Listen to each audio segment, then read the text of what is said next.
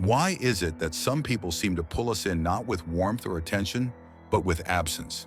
There's a paradox here, one that cuts deeper than preference or personal taste. It's not about charm, wealth, or superficial allure. It is something far more complex, far more invisible. It is a dance between desire and denial, a tension that stirs something ancient within the human psyche. Friedrich Nietzsche spoke of the forces that drive us beyond reason and morality. Desire is never simple. It is never just about what we see on the surface. The pull toward the unapproachable is not a failing of the heart. It is a reflection of deeper psychological and existential truths. Psychology shows that this attraction is not random. The mind interprets unavailability as a signal of value. The less we can hold someone, the more our brain tells us they are worth wanting. This creates an emotional tension, a magnetic pull between hope and frustration. It is the beginning of a subtle addiction, one that can dominate thoughts and distort perception. This is where philosophy and psychology converge, where the personal meets the universal. We are drawn not merely to people, but to ideas, the idea of someone who embodies freedom, power, or something just beyond our reach. The question lingers: why does the mind and the heart hunger for what it cannot possess? The answer is more profound than attraction. It is an invitation to examine desire itself, to see the hidden patterns that shape whom we long for and why we keep returning to the unapproachable. To understand this phenomenon, we must look beyond surface attraction and confront the mechanics of the human mind. The pull of the unapproachable is rooted in a subtle but powerful force. When someone is emotionally distant, unpredictable, they trigger a psychological response that few fully recognize. Our minds equate unavailability with value, and our hearts begin to chase what seems just out of reach. This is not a flaw, nor a mere quirk of personality. It is a deeply wired survival mechanism, one that evolved long before the complexities of modern relationships. Nietzsche often explored the interplay between desire and power. He described life as a series of tensions, a perpetual push and pull between opposing forces. In the context of human connection, the tension created by the unapproachable individual is intoxicating. They become an enigma, a challenge to our instincts, a puzzle we feel compelled to solve. And in solving it, or attempting to, we believe we are proving our worth, our persistence, our capacity for love. But what if the attraction itself is never about the other person? Psychologists call this intermittent reinforcement. It is the same principle that makes slot machines addictive or social media so compelling. Small moments of attention, brief glimpses of affection or fleeting warmth provide powerful rewards that the brain latches onto. The mind begins to anticipate these rare moments, magnifying desire and deepening emotional dependency. Each withdrawal, each absence amplifies the allure. It is a slow, almost imperceptible process, but over time it conditions the heart to chase the unapproachable, as if scarcity alone validates love. This dynamic is not accidental. It intersects with modern society's obsession with image, control, and performance. The man who remains just out of reach embodies freedom and independence, the qualities that are culturally celebrated but rarely attained. In our pursuit, we are not simply seeking connection. We are confronting our own longing for autonomy, for value, for affirmation. We are chasing the illusion that the harder something is to obtain, the more it is worth. And it is here in this tension that addiction begins. This isn't just a story about love, it's about how humans respond to challenge and uncertainty. Psychologists call it the scarcity effect. Things that seem rare or difficult to get feel more valuable to us. And when it comes to people, especially those who are emotionally distant, that sense of rarity becomes irresistible. Every small sign of attention becomes a reward. Every moment of warmth feels like a prize. Even a tiny smile or a brief message can feel like a breakthrough, and our brains start to crave it again and again. Nietzsche's philosophy helps us see a deeper layer here. He believed that humans are drawn to struggle because it makes life feel meaningful. In relationships, the struggle to reach someone who remains unapproachable taps into that same instinct. We convince ourselves that if we can just win their affection, it will prove something about us. We chase them not only because we desire them, but because the chase itself gives us a sense of purpose, a feeling that we are alive, and capable of striving for something greater. But there is a shadow side. In pursuing someone who is emotionally distant, we risk losing ourselves. We begin to measure our worth based on their attention, our happiness on their reactions. Love, which should be about connection, becomes about pursuit. We are addicted not to the person, but to the emotional rush their distance creates. Each pull and withdrawal strengthens the cycle, and slowly, we start to forget why we started chasing in the first place. In this light, attraction to the unapproachable isn't random. It is a combination of our brains, our desires, and a hidden hunger for validation that runs deeper than we often admit. The question isn't why we feel drawn to them, it's why we let the chase control us. Now let's take a closer look at what this pattern does to our minds. Chasing someone who seems unapproachable doesn't just create excitement, it creates a cycle, a loop that our brain can't easily escape. Every small sign of attention triggers a surge of dopamine, the chemical that makes us feel pleasure and reward. But then when the person pulls away or remains distant, our brain experiences a tiny withdrawal, creating a craving for more. This push and pull, this tension between hope and frustration, is exactly what keeps us hooked. It's easy to think that this is about the other person, but in reality, it's about us. Our attraction to emotional distance reveals something deep in our own psyche. We crave validation, we long for a sense of worth, and we unconsciously link it to the attention of someone who seems just out of reach. The more they withhold, the more we feel the need to prove ourselves, to earn their affection, to feel seen and valued. Psychology calls this the intermittent reinforcement effect, the same mechanism that makes gambling addictive. Just as a slot machine keeps players hooked with unpredictable rewards, the distant person gives us emotional highs that feel extraordinary precisely because they are rare. We start to chase not love itself, but the thrill of the chase. Nietzsche would say this is a reflection of our struggle for meaning.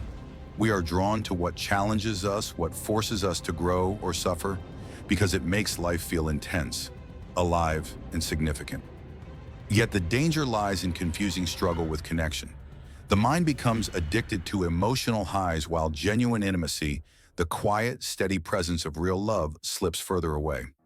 Recognizing this cycle is the first step. Understanding why we are drawn to the unapproachable allows us to see the hidden chains that keep us stuck. Only then can we begin to ask the deeper question, how much of our desire is for the other person, and how much is for the feeling of being wanted, chased, and validated? Now let's turn the mirror on society itself. This pattern, our obsession with the unapproachable, is not just a quirk of human psychology. It is amplified, almost engineered, by the world we live in. Social media, dating apps, and modern culture glorify the unapproachable. Everywhere we look, people present themselves as perfected, curated versions of reality, highlighting only what is desirable and exciting. A single post, a carefully chosen story, or a fleeting message becomes a trigger, making someone feel just out of reach, just untouchable. In this landscape, emotional distance is no longer accidental, it's a tool. We are conditioned to value scarcity and exclusivity, to equate difficulty with worth. The harder it is to get someone's attention, the more desirable they seem. This isn't just about attraction, it's about the illusion of power. We chase not love itself, but the feeling that we are winning someone over, that we are chosen by someone who is rare and special. Philosophers like Nietzsche would suggest that this obsession with the unapproachable is a reflection of our deeper search for meaning. We are drawn to challenges because they make us feel alive, because they test our strength, our patience, and our desire. But here lies the trap in a world designed to reward pursuit over presence. The more we chase, the less we actually connect. The danger is subtle but profound. We mistake the thrill of the chase for love itself. We confuse emotional highs with intimacy. And in doing so, we risk losing sight of the genuine human connections that require effort, honesty, and vulnerability, connections that cannot be commodified or gamified. Understanding this is crucial. It's not about blaming others for being distant or hard to reach. It's about recognizing the forces at play, the societal pressures, the psychological hooks, and the deep cravings within ourselves.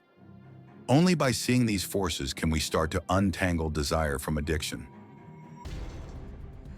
To truly understand why we are drawn to the unapproachable, we need to explore the hidden mechanics of the mind. Deep inside our brains are wired for reward and scarcity. When someone is distant or unpredictable, every small gesture, a reply, a smile, a sign of attention triggers a surge of dopamine. That's the chemical of desire, the same spark that fuels addiction. Each moment of connection feels intensely satisfying precisely because it is rare and uncertain. This isn't just about attraction, it's about control power and the illusion of influence. We feel compelled to pursue because our subconscious tells us that if we earn this person's affection, we have accomplished something extraordinary. It's a psychological puzzle. The less someone gives, the more we chase, thinking we can solve the mystery, thinking we can win where others have failed. And in that chase, the mind convinces us that the pursuit itself is proof of worth. Psychologists call this intermittent reinforcement. Casinos use it, social media uses it, and human relationships surprisingly are not immune. When attention is unpredictable, every connection feels like a prize, and we chase it relentlessly even if it leaves us frustrated, exhausted, and emotionally unfulfilled. Nietzsche might argue that this struggle mirrors our desire to confront the unknown within ourselves. We are not only drawn to others, we are drawn to the challenge of understanding our own desires, our own shadows, our own hunger for meaning. Yet in mistaking scarcity for value, we lose sight of what truly matters: genuine connection, emotional honesty, and the courage to be vulnerable. Recognizing these patterns is the first step. We must see the pull for what it really is, a mix of biology, psychology, and social conditioning. Only by understanding the forces at play can we begin to step out of the cycle, to stop worshiping the unapproachable and start seeking relationships that nourish rather than deplete. This is where Nietzsche's philosophy cuts through the illusion. He warned that humans are often drawn to struggle, to desire itself more than to fulfillment. The thrill of pursuit, the hunger for what is scarce, shapes our choices in ways we rarely understand. In a culture obsessed with status, power, and appearances, emotional distance can be mistaken for strength, mystery, or superiority. We chase not just a person, but the idea of what they represent: control, mastery, and validation of our own worth. Social media amplifies this effect. Profiles show curated lives, carefully polished and seemingly effortless. Someone who appears unapproachable online becomes larger than life, a figure whose attention feels like a rare commodity. Every like, comment, or message carries immense weight, creating a sense of urgency and obsession. We are not only chasing another human being, we are chasing the idea, the status, the illusion that being chosen by them will elevate us, make us complete, make us powerful. Understanding this societal influence is crucial. It reveals that our attraction is not purely personal. It is cultural, constructed, and reinforced at every level. By recognizing the forces that shape our desires, we can begin to question them, step back, and see that the allure of the unapproachable is often more about the story we've been told than about the person in front of us. Breaking free from this cycle is not simple. It demands honesty, first with yourself, then with the world around you. You must start by asking the hard questions. Why do I chase what avoids me? Why do I feel more alive when desire is denied? These feelings are not random. They are echoes of unmet needs, unresolved insecurities, and unconscious drives that have been shaped by both your past and the culture you live in. Understanding them is the first step toward liberation. Carl Jung's ideas on self-awareness and projection provide a roadmap. He explained that we often see in others what we refuse to see in ourselves. The man who is emotionally distant may not be the enemy. He may be a mirror reflecting the parts of you that you neglect: the fear of vulnerability, the hunger for validation, the inability to accept love on its own terms. By confronting these shadows, by recognizing the patterns you project onto others, you begin to reclaim your emotional freedom. This is also where boundaries become crucial. Being drawn to the unapproachable is often a habit of surrender, giving your power away to someone who will never fully meet you. By setting clear limits, by defining what you will and will not tolerate, you step out of the game and regain control over your emotional energy. This doesn't mean rejecting love or desire. It means choosing relationships that nurture growth rather than feed obsession. Finally, self-love is not a cliche, it is the foundation. When you understand your own worth, when you satisfy your own need for validation and connection internally, the allure of the unapproachable loses its power. You begin to attract people who are available, present, and capable of real intimacy. Desire becomes a choice, not a trap, and love transforms from addiction into connection. Nietzsche reminds us that we are drawn to struggle because struggle defines us. The unapproachable man is not just an object of desire, he is a challenge, a reflection of the parts of ourselves we fear to face. But the thrill of the chase is a dangerous teacher. If left unchecked, it conditions us to mistake absence for worth, distance for mystery, and inaccessibility for value. The real lesson lies not in capturing what flees, but in understanding why we chase. The path forward is clear, but not easy. True transformation begins within. The power to break free from the cycle of longing and addiction lies in understanding yourself, confronting your shadows, and choosing connections that challenge you to grow. It's not an easy path, but the rewards are profound. A love that is steady, real, and transformative. If this video resonated with you, take a step further. Share it with someone who needs to hear this truth. Comment your thoughts, your experiences, and the realizations you've had along the way. Subscribe for more explorations into the hidden forces of human behavior, desire, and the psychology that shapes our world. The unapproachable will no longer control your heart, not because they change, but because you have. Take that first step. Redefine desire.